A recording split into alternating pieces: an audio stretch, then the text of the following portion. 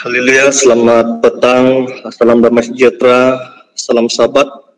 Saya ucapkan kepada rekan sekerja, saudara-saudari yang saya kasih dalam Tuhan Yesus, di mana saja kita berada.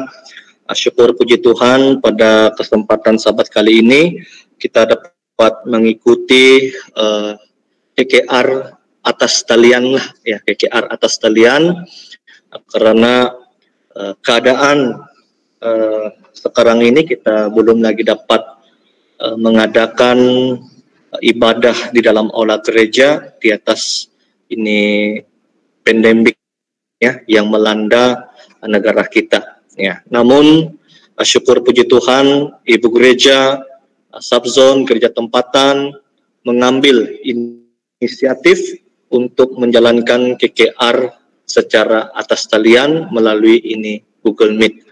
Jadi bagi Subzone Tuaran ini, khususnya Gereja Bawang, kita masih sangat bersyukur kepada Tuhan karena di tempat kita masih lagi dapat connect itu internet. Liputan ataupun capaian internet kita masih lagi membantu kita untuk mengadakan ini KKR secara atas talian. Ada juga ya tempat-tempat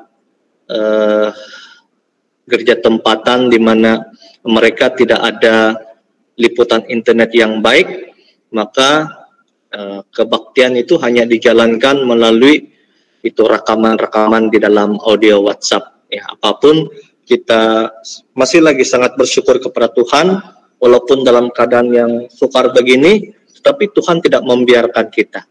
Ya, kita masih lagi dapat bersama-sama yaitu mendengar firman Tuhan.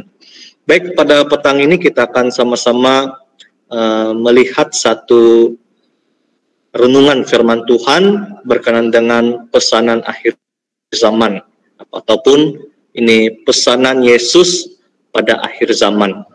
Baik, mari kita pertama-tama melihat dulu dalam Matius pasal 24. Ini Matius pasal 24 merupakan khotbah Tuhan Yesus tentang apa yang berlaku sebelum kedatangannya ya. Jadi kita dapat melihat ini khotbah Tuhan Yesus sebenarnya berdasarkan 3 pertanyaan daripada murid-muridnya. Mari kita lihat dalam Matius pasal 24 ayat yang ketiga. Matius 24 ayat yang ketiga. Ketika Yesus duduk di atas Bukit Zaitun, datanglah murid-muridnya kepadanya untuk bercakap-cakap sendirian dengan dia. Kata mereka, katakanlah kepada kami, bila manakah itu akan terjadi, dan apakah tanda pada tanganmu dan tanda kesudahan dunia. Ya. Jadi kita dapat melihat ada 3 pertanyaan murid Yesus. Bila akan terjadi, apa tanda kedatangan Yesus, apa tanda ini kesudahan dunia.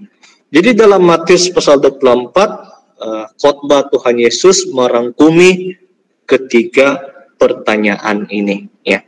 Jadi kita dapat melihat Yesus menjawab ini pertanyaan murid-murid Yesus. Apa tanda kedatangan Tuhan Yesus dan apa tanda kesudahan dunia ya. Jadi mulai dari ayat 4 di situ banyak ya perkara yang Yesus utarakan, tanda-tanda kedatangan hari kedatangan Tuhan Yesus kali yang kedua dan juga tanda-tanda kesudahan dunia ini ya.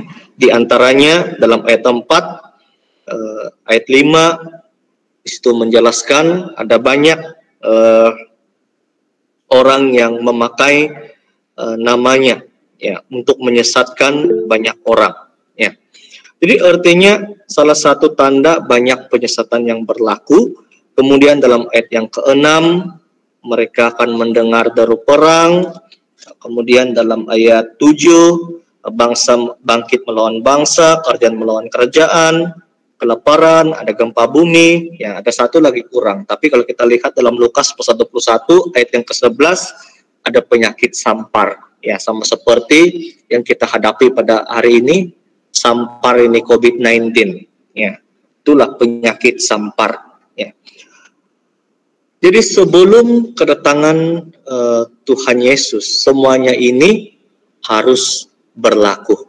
Dan satu perkara lagi yang penting, yang perlu kita renungkan, sebelum kedatangan Tuhan Yesus ataupun sebelum dunia ini berakhir, apa tanda dia yang paling nyata? Yaitu kemunculan gereja benar. Ya. Bila gereja Yesus benar ini muncul, ini menunjukkan kedatangan Tuhan Yesus sudah semakin hampir. Macam mana kita mau tahu ini perkara? Ya, kita lihat dalam Matius pasal 24 ayat 27. Matius pasal 24 ayat 27. Sebab sama seperti kilat memancar dari sebelah timur dan melontarkan cahayanya sampai ke barat, demikian pula lah kelak kedatangan Anak Manusia.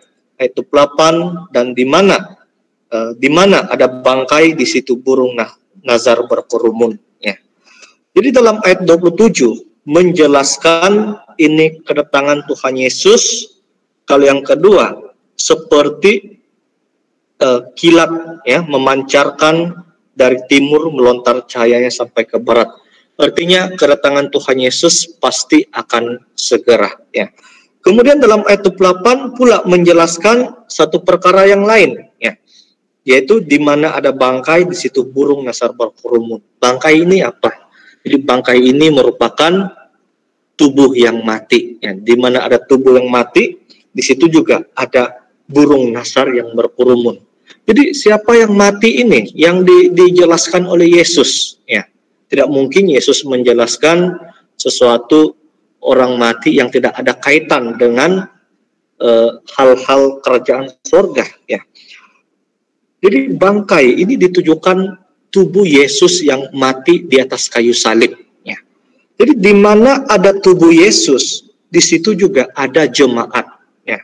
Di situ juga ada burung nazar. Jadi burung nazar ini adalah jemaat. Jadi sama seperti dalam Efesus pasal 1 menjelaskan, jemaat itu merupakan tubuh Yesus Kristus. Jadi kita dapat simpulkan, kita lihat satu ayat lagi ya, dalam Lukas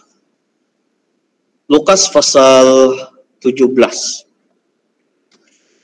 Lukas pasal 17 kita baca dulu dalam ayat 20. Lukas pasal 17 ayat 20. Atas pertanyaan orang-orang Farisi, apabila kerajaan Allah akan datang, Yesus menjawab, katanya, kerajaan Allah datang tanpa tanda-tanda lahiriah. Kita lihat lagi dalam ayat 24. Ayat 24, sebab sama seperti kilat memancar dari ujung langit yang satu ke ujung langit yang lain, demikian pula lah kelak halnya Anak Manusia pada hari kedatangannya. Jadi sebenarnya dalam Lukas 17 ini membicarakan tentang hal yang sama dalam Matius pasal 24 ini, ya. Namun dalam kitab Lukas tidak menyebut arah mata angin tersebut, ya. Tetapi apa yang dapat kita pastikan di sini dalam ayat 20 itu adalah tentang kerajaan Allah, kemunculan kerajaan Allah pada akhir zaman, ya. Kemudian dalam ayat 24 itu adalah kedatangan Anak Manusia kali kedua, yaitu Yesus Kristus. Jadi bila kita gabungkan semua ayat ini, apa yang dapat kita pahami adalah sebelum Yesus datang kali kedua, maka akan muncul gereja benar akhir zaman. Siapa itu? Itulah gereja Yesus benar hari ini. Jadi syukur puji Tuhan, pada hari ini kita semua sudah memasuki tubuh Tuhan, sudah memasuki kerjaan Allah pada akhir zaman ini. Jadi bila sudah muncul ini gereja benar akhir zaman, maka jangan kita katakan dunia ini masih lama lagi, ya. Walaupun kita tidak tahu bila hari kedatangan Tuhan itu, ya. Tetapi apa yang Alkitab beritahu kita, apabila muncul ini gereja benar, maka saat-saat kedatangan Tuhan Yesus kali yang kedua sudah berada di ambang pintu. Jadi itulah rasul-rasul waktu dia menulis surat kepada jemaat-jemaat, ya. Khususnya Rasul Paulus banyak kali dan Petrus banyak kali mengatakan bahwa kedatangan Tuhan Yesus itu sudah semakin lama semakin hampir.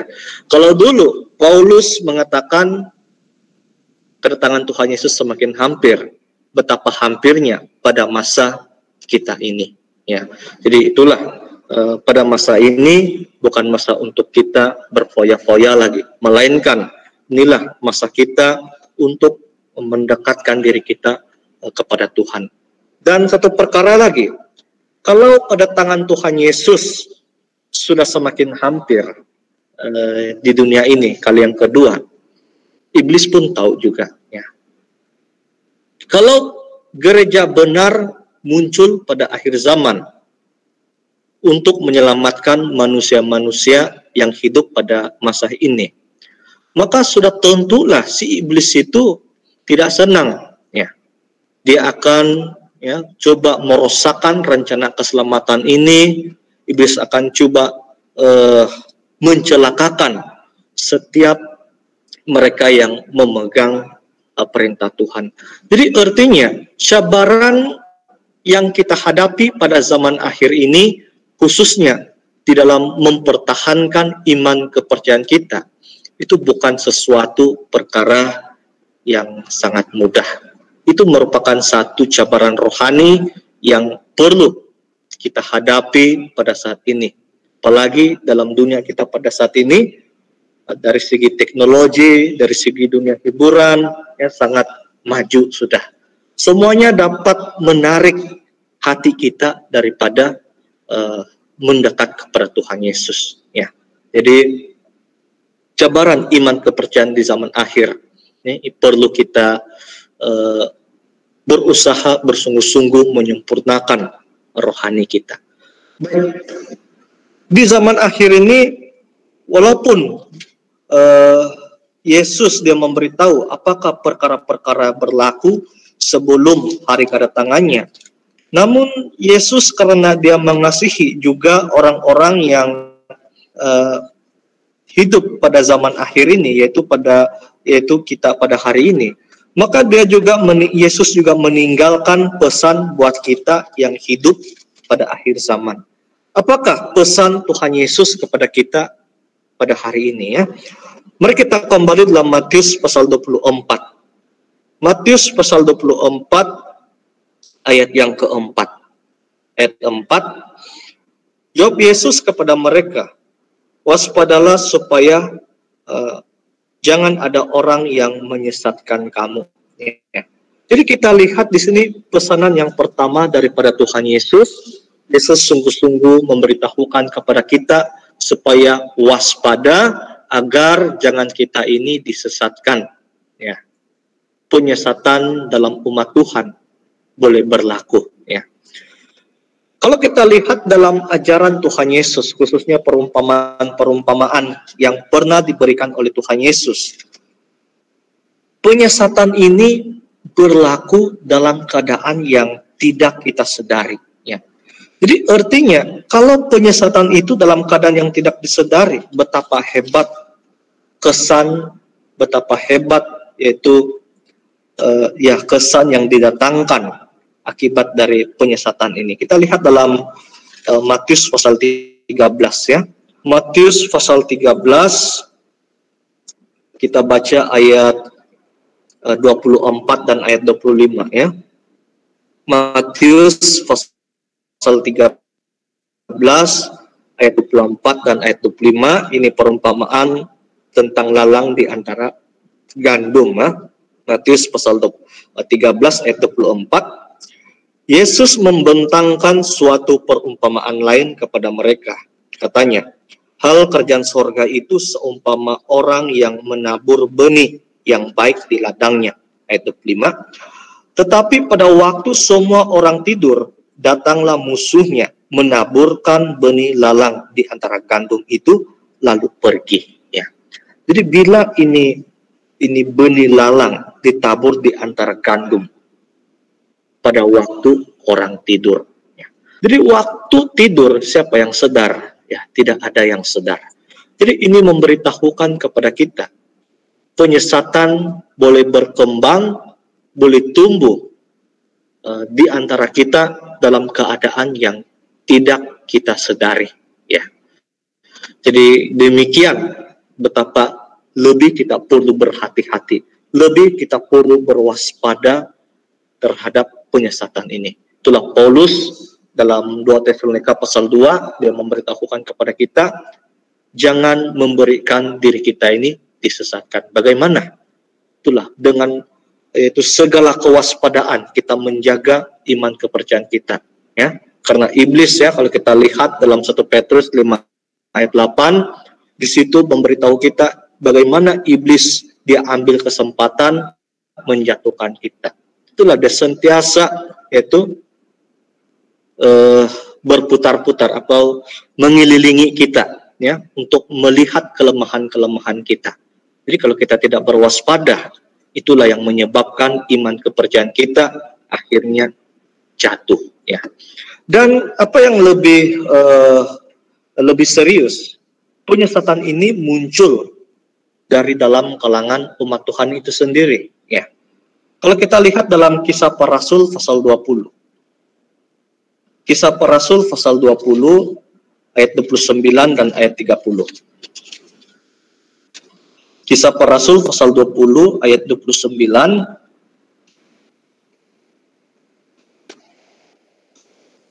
Aku tahu bahwa sesudah aku pergi, serigala-serigala yang ganas akan masuk ke tengah-tengah kamu dan tidak akan menyayangkan kawanan itu. Ayat 30. Bahkan dari antara kamu sendiri akan muncul beberapa orang yang dengan ajaran palsu mereka berusaha menarik murid-murid dari jalan yang benar dan supaya mengikuti mereka, ya. Jadi dalam ayat 29 Paulus memberitahu kepada jemaat, ya, apabila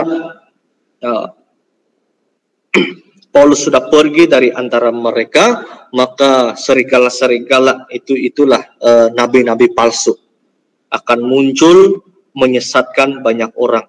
Dan siapa mereka ini? Dalam ayat 30 memberitahu ada juga ini serigala-serigala ini dari kalangan mereka sendiri. Itulah muncul beberapa orang yang dengan ajaran-ajaran palsu, ya. Jadi dari mana mereka muncul? Dari antara mereka sendiri. Pun kita boleh lihat dalam 1 Yohanes, ya. 1 Yohanes pasal 2. 1 Yohanes pasal 2 kita boleh lihat dalam ayat 18 dan ayat 19, ya. 1 Yohanes pasal 2 ayat 18 ayat 19. Ayat 18, anak-anakku, waktu ini adalah waktu yang terakhir, dan seperti yang telah kamu dengar seorang antikristus akan datang. Sekarang telah bangkit banyak antikristus. Itulah tandanya bahwa waktu ini benar-benar adalah waktu yang terakhir. Ayat 19. Memang mereka berasal dari antara kita, tetapi mereka tidak sungguh-sungguh termasuk pada kita. Sebab jika mereka sungguh-sungguh termasuk pada kita, niscaya mereka tetap bersama-sama dengan kita. Tetapi hal itu terjadi supaya menjadi nyata bahwa tidak semua mereka sungguh-sungguh termasuk pada kita. Siapa ini antikristus? Siapa ini nabi-nabi palsu yang menyesatkan? Itulah, ini Yohanes mengatakan mereka itu berasal dari antara kita, ya. Memang jemaat di zaman ini Yohanes pada mulanya mereka itu adalah jemaat, ya. Tetapi akhirnya mereka memisahkan diri, kemudian mengajarkan ajaran yang tidak sesuai dengan ajaran rasul-rasul, ajaran yang menyimpang daripada kebenaran. Jadi kita dapat melihat di sini penyesatan itu muncul daripada kalangan umat Tuhan itu sendiri. Dan penyesatan yang sebegini sebenarnya bukan hanya berlaku pada akhir zaman. Penyesatan yang sebegini yang muncul dari kalangan umat Tuhan itu sendiri sebenarnya sudah lama berlaku sejak zaman perjanjian lama lagi, ya. Misalnya sebelum itu bangsa Israel ditawan ke Babel, maka dari kalangan umat Tuhan itu sendiri pun sudah muncul tuh nabi-nabi palsu. Kita lihat dalam Yesaya pasal 23, Yeremia Yeremia pasal 23.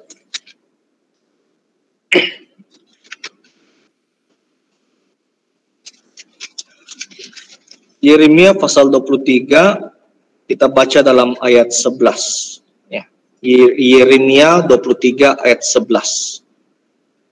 Ayat 11, sungguh baik nabi maupun imam berlaku fasik, di rumahku pun juga aku mendapati kejahatan mereka, demikianlah firman Tuhan. Ya, kita lihat di sini dalam perjanjian lama. Sebelum ini bangsa Israel ditawan ke Babel, ya. Siapa yang berlaku fasik dalam rumah Tuhan, ya, itulah dalam kalangan umat Tuhan sendiri.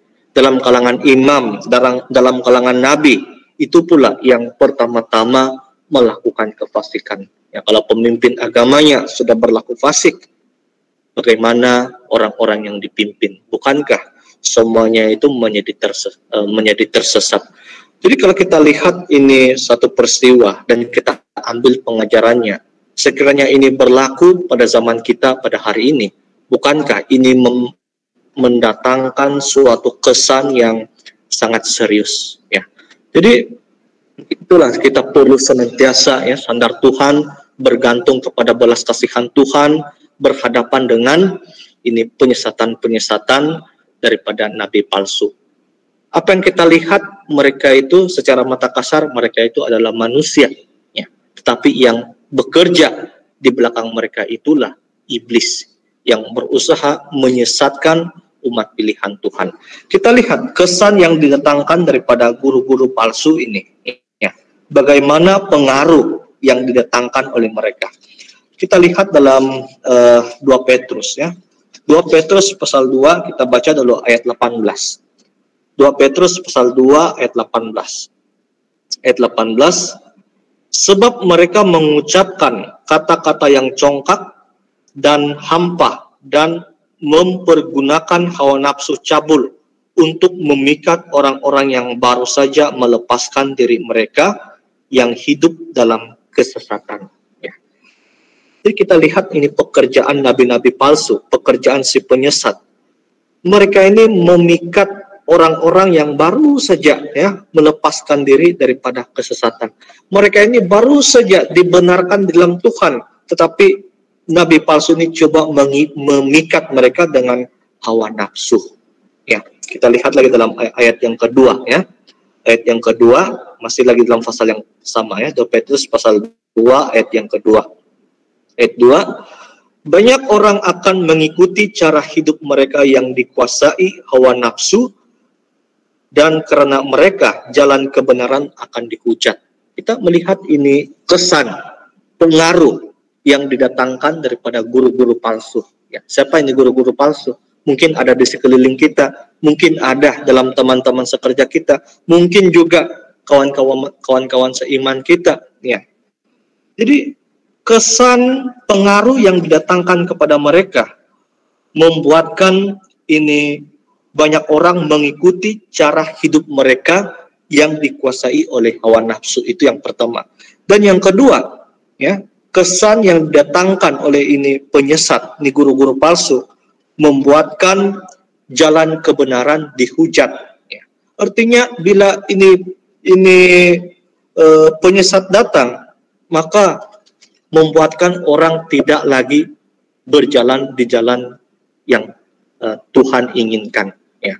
Semua orang melihat jalan kebenaran itu sebagai satu kebodohan. Kenapa? Karena pengaruh yang didatangkan oleh guru-guru palsu pada akhir zaman ini. Ya. Jadi bagaimana mau menghadapi cabaran penyesatan seperti ini di zaman akhir? Ya. Alkitab memberitahukan kepada kita kejayaan orang-orang kudus di masa yang lalu berhadapan dengan cabaran yang sama juga. Kita lihat dalam Kejadian pasal 6, ya. Kejadian pasal 6 ayat 9, saya rasa ini ayat kita sudah fasih, ya. Kejadian pasal 6 ayat 9, inilah riwayat Nuh. Nuh adalah seorang yang benar dan tidak bercela di antara orang-orang sezamannya. Dan Nuh itu hidup bergaul dengan Allah, ya. Jadi kita dapat lihat di sini kehidupan Nuh dapat mempertahankan kekudusannya dengan hidup tidak bercela, dengan macam mana bergaul dengan Allah, ya. Kalau kita lihat dalam Kejadian pasal 6 ayat yang ke-5, di situ memberitahu tentang keadaan zaman pada waktu itu. Bagaimana situasi keadaan masyarakat waktu itu, di mana segala kecenderungan manusia, hati manusia dipenuhi dengan kejahatan. Tetapi Nuh yang hidup di tengah-tengah mereka dapat mempertahankan kebenaran mereka, kebenarannya, bagaimana hidup bergaul dengan Allah. Bagaimana hidup bergaul dengan Allah, ya. Ada banyak ya yang kita lakukan dalam ibadah kita, misalnya mesbah keluarga, ya, yang dijalankan oleh setiap gereja tempatan. Biasanya dijalankan pada hari Isnin, hari Selasa, hari Kamis, ya. Ada mesbah keluarga, kemudian ada doa, ada pembacaan Alkitab. Itu semua menunjukkan pergaulan kita dengan Allah. Jadi bagaimana kita mau menghadapi cabaran dalam keadaan dunia yang sudah sesat, kita mesti ada kehidupan komunikasi, kehidupan bergaul dengan Allah. Apa maksud kita punya kehidupan bergaul dengan Allah ini? Ya. Kita bergaul dengan Allah, artinya kita ini ada kaitan dengan Tuhan. Ya. Kita ada hubungan dengan Tuhan. Kalau kita keluar pergi bandar lah, ya, kita keluar pergi bandar, kita nampak orang lalu lintas sana, kita tidak pergi bercakap dengan dia. Kenapa? Kita tidak ada kaitan dengan dia, kita tidak ada kehendak dengan dia. Itulah kita tidak ada komunikasi dengan orang tersebut. Ya. Melainkan dalam ahli keluarga kita sendiri, kita berkomunikasi, kita bercerita. Kenapa? Kita ada hubungan dengan dia.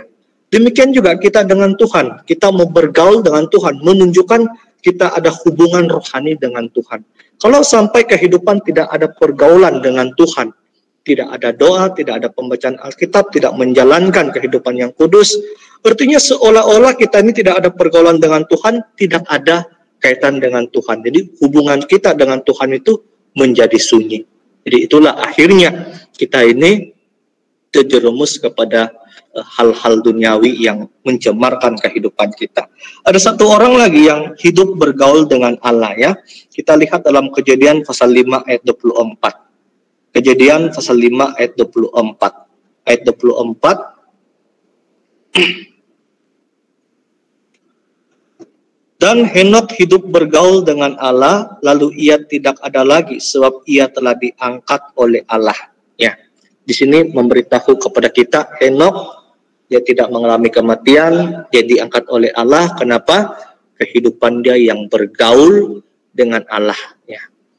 Jadi kita coba renungkan di dalam situasi kehidupan Henok seperti tidak ada apa-apa yang berlaku. Tapi dia berbeza dengan orang lain, dia hidup bergaul dengan Allah. Apa yang membuatkan Henok ini bergaul dengan Allah? Kita lihat dalam Yudas, ya. Yudas ayat 14 ayat 15. Yudas ayat 14 ayat 15, ayat 14 juga tentang mereka. Henok keturunan ke-7 dari Adam telah bernubuat. Katanya sesungguhnya Tuhan datang dengan beribu-ribu orang kudusnya. Ayat 15.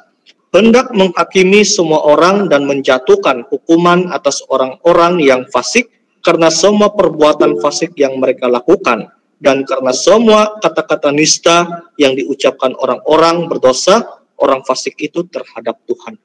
Jadi mengapa ini Henok dia mengubah hidupnya untuk bergaul dengan Tuhan? Karena menurut ini catatan Yudas, dia melihat ataupun dia mendapat ini penglihatan di mana mendapat wahyu di mana Tuhan satu hari nanti akan datang untuk menghakimi dunia ini. Jadi Henok dia mendapat ini wahyu ataupun ini penglihatan daripada Tuhan, karena itulah dia mengubahkan hidupnya untuk bergaul dengan Allah. Jadi demikian pada hari ini ya di dalam Alkitab. Begitu banyak dalam kitab Perjanjian Lama, dalam kitab Perjanjian Baru, begitu banyak yang mencatatkan bahwa ya apabila Tuhan datang, Tuhan akan memusnahkan segala sesuatu, kemudian Tuhan akan menghakimi dunia ini ya. Jadi apabila Alkitab sudah memberitahu awal-awal tentang kesudahan dunia ini, di mana akan dimusnahkan, di mana akan manusia akan dihakimi menurut yaitu firman Tuhan, maka kita perlu seperti Henokh ini. Bila sudah mengetahui itu perkara, ya, kita perlu seperti Henokh ini mengubah cara hidup kita untuk bergaul dengan Allah, ya, untuk bergaul dengan Allah. Ini adalah seperti kita punya common sense rohani kita, ya. Misalnya kalau kita sudah nampak di situ ada bahaya, sudah tentu kita tidak mau pergi di situ, ya. Karena ada bahaya, kita mau menyelamatkan diri kita. Demikian juga ya, Alkitab sudah memberitahukan kita ini akan berlaku pada akhir zaman. Kalau tidak buat ini akan dihakimi. Maka itulah kita mesti ada kesadaran bagi diri kita sendiri untuk mengubah gaya hidup kita bergaul dengan Allah. Karena kalau kita tidak memiliki hubungan yang baik dengan Allah, maka mengakibatkan kehidupan kita ini akan binasa. Ya, jadi baik Nuh dan juga Henokh, mereka dapat hidup dengan kudus, hidup tidak bercela. Bagaimana mereka hidup bergaul dengan Allah, maka mereka dapat mempertahankan kekudusan mereka dalam situasi masyarakat yang mencabar. Ya. Kemudian yang kedua, ya, bagaimana menghadapi ini cabaran, ya, supaya kita ini tidak disesatkan. Itu kita mesti hidup dalam kebenaran firman Tuhan. Mari kita lihat dalam Amsal pasal 30. Amsal pasal 30 kita baca dalam ayat yang kelima ya.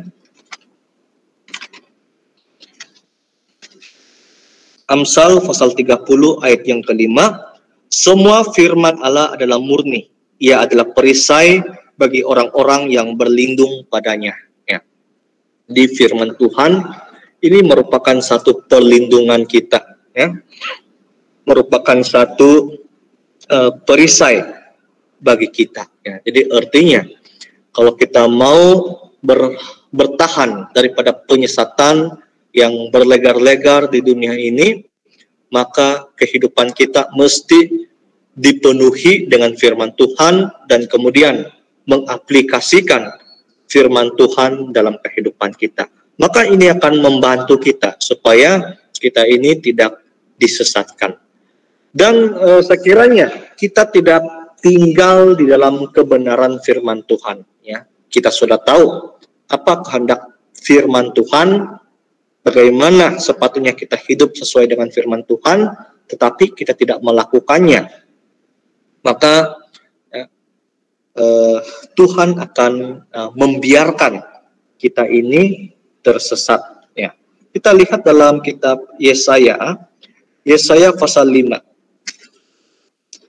Yesaya pasal 5 ayat 5 dan ayat 6. Yesaya pasal 5 ayat 5 dan ayat 6. Ayat 5.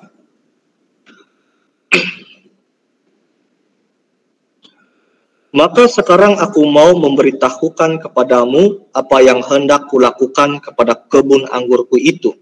Aku akan menebang pagar durinya sehingga kebun itu dimakan habis dan melanda temboknya sehingga kebun itu diinjak-injak. Ayat 6.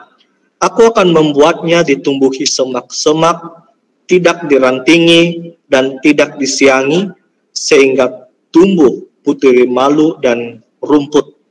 Aku akan memerintahkan awan-awan supaya jangan diturunkannya hujan ke atasnya. Baik, siapa ini kebun anggur ya? Kebun anggur ini dalam ayat 7 bagi tahu kita itulah kaum Israel.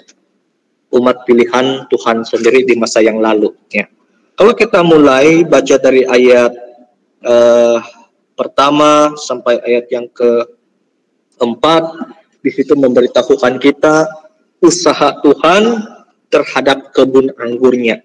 Mula-mula Tuhan cangkul tuh kebun anggur, kemudian buang batu, kemudian tanam pokok, menanami ini pohon anggur dengan anggur pilihan. Ya, jadi ini Tuhan harap di bangsa Israel seperti pohon anggur pilihan yang terbaik, menghasilkan buah yang baik. Tahu-tahu ya apa yang dihasilkan buah anggur yang masam. Ya.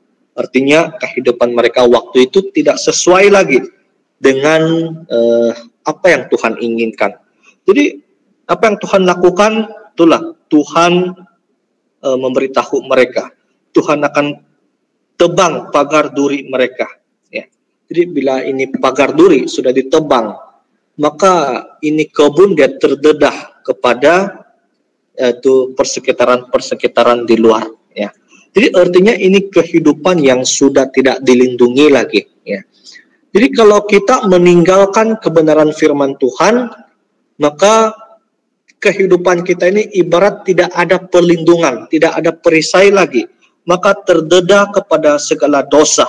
Itulah dalam ayat 6 mengatakan membuatnya ditumbuhi semak-semak. Ya, kita tahu ini semak-semak ini bila dia muncul setelah Adam dan Hawa ini buat dosa, baru tumbuh ini semak-semak duri ini. Jadi artinya seorang itu dia tahu apa yang Tuhan firmankan untuk dilakukan, tetapi dia tidak mau lakukan. Akhirnya Tuhan membiarkan dia di dalam kesesatan, Tuhan membiarkan dia hidup di dalam keadaan berdosa. Bukan bermaksud Tuhan tidak bertanggung jawab, tetapi itu pilihan yang dilakukan oleh seorang tersebut, tidak mau menuruti firman Tuhan. Jadi itulah pentingnya kita hidup dalam kebenaran firman Tuhan, supaya seperti Amsal pasal 30 ayat 5 tadi, menjadi perisai, menjadi perlindungan di dalam kehidupan kita. Ya. Jadi kalau kita meninggalkan ini firman Tuhan, ibarat kehidupan rohani kita ini terdedah kepada dunia luar, tidak ada perlindungan, itulah akhirnya kita ini dicemari oleh dunia ini. Itu pesan Yesus yang pertama, disuruh kita berwaspada supaya kita ini jangan disesatkan oleh dunia ini. Ya. Baik, yang kedua, bagaimana apakah pesan Tuhan Yesus buat kita yang hidup di hari-hari terakhir ini, ya, pada akhir zaman ini? Kita kembali dalam kitab Matius pasal 24. Matius pasal 24, kita baca dalam ayat 42. Matius 24 ayat 42. Karena itu berjaga-jagalah sebab kamu tidak tahu pada hari mana Tuhanmu datang. Ayat 44. Sebab itu hendaklah kamu juga siap sedia, karena Anak Manusia datang pada saat yang tidak kamu duga. Ya. Jadi ada dua perkara pesan Tuhan Yesus buat kita pada akhir zaman. Yang pertama, berjaga-jaga, kemudian bersiap sedia akan kedatangan Tuhan. Ya. Bila kedatangan Tuhan ini, ya, kalau kita baca Matius 24 ayat 43, tidak tahu bila Tuhan datang. Ya. Jadi di sini menggambarkan dalam ayat 43 itu kedatangan Tuhan Yesus kali kedua seperti pencuri, ya, seperti pencuri. Ya, kita baca dalam ayat 43 ya. Tetapi ketahuilah ini, jika tuan rumah tahu pada waktu mana pada malam hari pencuri akan datang, sudahlah pasti ia berjaga-jaga dan tidak akan membiarkan rumahnya dibongkar. Ya. Dalam 1 Petrus pasal 3 ayat 10 juga menyatakan perkara yang sama, di mana kedatangan Tuhan Yesus kali kedua sama seperti pencuri. Tidak ada yang tahu, ya. Jadi kalau demikian, Tuhan Yesus sudah bagi tahu dia akan datang kali yang kedua. Ya. Tapi dia tidak tahu, dia tidak kasih tahu bila waktu dia hanya memberi gambaran kedatangannya itu sama seperti pencuri. Nah, kita tahulah bila ini pencuri datang, bukan mau pergi sapu kita punya rumah, bukan mau pergi kemas kita punya bilik. Dia tetap akan membongkar rumah kita, tetap akan membinasakan rumah kita. Ya. Demikianlah kedatangan Tuhan kali yang kedua, ya, untuk menghakimi, kemudian untuk memusnahkan segala yang hidup di dalam muka bumi ini, baik di langit, baik di bumi. Semuanya unsur-unsur dunia ini akan dimusnahkan dengan nyala api. Jadi apa yang Yesus mau tekankan di sini, yaitu kehidupan kita pada akhir zaman ini mesti senantiasa berjaga-jaga dan juga mesti senantiasa bersiap sedia. Bagaimana kita mau berjaga-jaga dan juga bersiap sedia? Ya. Setelah dalam Matius pasal 24, di situ Yesus menerangkan kedatangannya seperti apa. Maka dalam Matius pasal 25, di situ ada perumpamaan tentang gadis-gadis yang bijaksana dan gadis-gadis yang bodoh. Jadi ada 10 orang gadis, 5 daripadanya bijaksana, 5 daripadanya bodoh. Apa yang membedakan bijaksana dan yang kurang bijak ini? Ya. Dalam ayat 3, ya, Matius pasal 25 ayat 3, di situ memberitahu gadis-gadis yang bodoh itu membawa pelitanya, tetapi tidak membawa minyaknya. Ya. Jadi sudah tentu ini gadis-gadis bijaksana ini dia tidak perlu risau, ya, kehabisan minyak karena dia sudah ada persediaan. Ya. Tetapi kita lihat, ya, apabila ini mempelai lelaki datang, karena pada waktu itu dalam perumpamaan ini menceritakan ini mempelai laki-laki, dia lambat datang, tiba-tiba dia datang pula, maka 5 gadis bijaksana yang tidak bijak ini, yang bodoh ini, mereka punya pelita hampir padam. Ya. Jadi bila saya melihat ini peristiwa, ya, apa yang paling penting, ya, apa yang ditujukan di dalam perumpamaan ini, yaitu kedatangan mempelai dan juga pada waktu mempelai lelaki itu datang, pelita kita pastikan masih bercahaya. Itulah mempersiapkan itu kita punya minyak. Kalau tidak ada minyak, macam mana mau bercahaya? Ya. Jadi kalau kita punya pelita itu padam pada waktu mempelai laki-laki itu datang, maka macam mana dia punya pesan dalam ayat 12. Matius pasal 25 ayat 12. Tetapi ia menjawab, aku berkata kepadamu sesungguhnya aku tidak mengenal kamu. Ya. Karena gara-gara ada pihak pelita padam, kemudian terlambat masuk, maka Tuhan tidak kenal dia lagi. Ya. Apa ini pelita? Begitu penting sehingga mesti ada cahaya dia. Ya, sampai kalau dia ada cahaya baru Tuhan kenal. Padam ini pelita, Tuhan tidak kenal lagi. Apakah pelita ini? Ya. Kita lihat dalam Matius pasal 5 ayat 16, ya. Matius pasal 5 ayat 16.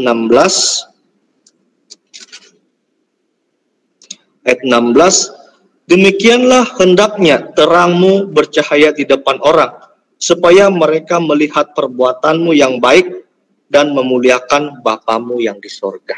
Ya. Jadi apa ini cahaya ini?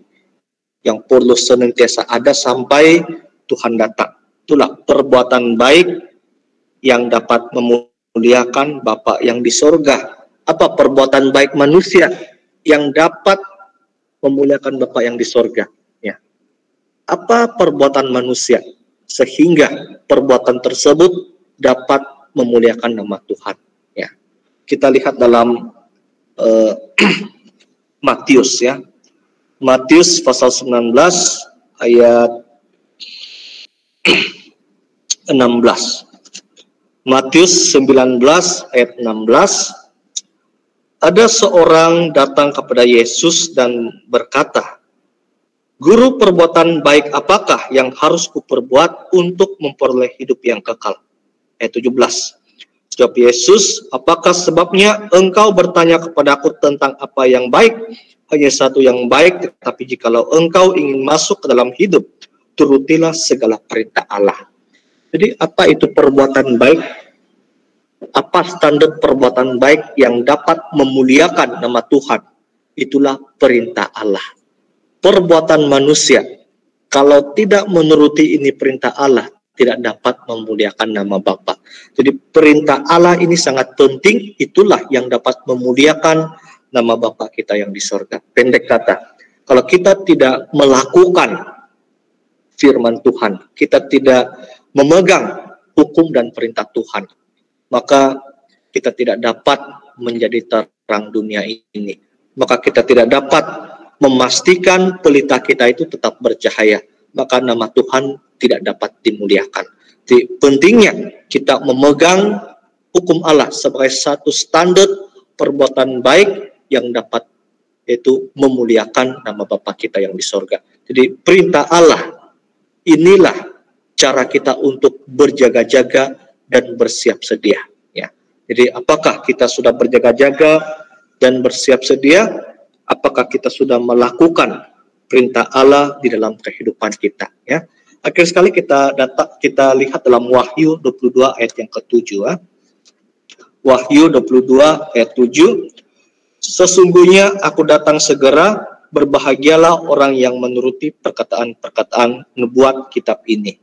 Jadi apabila Tuhan Yesus datang, hal yang kedua, yang berbahagia siapa? Yang berbahagia adalah orang-orang yang menuruti, yang melakukan segala perintah-perintah ataupun nubuat di dalam kitab yang Tuhan sudah berikan kepada kita.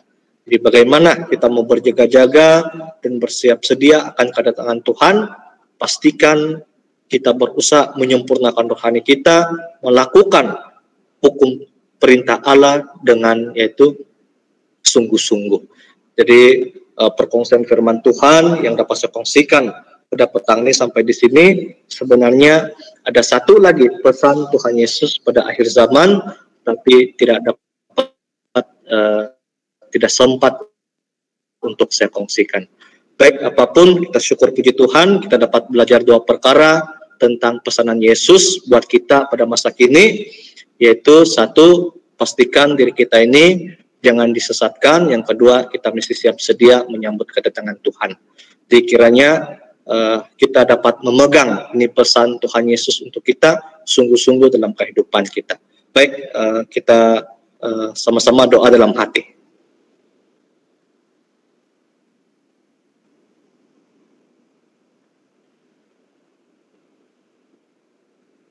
Haleluya, amin.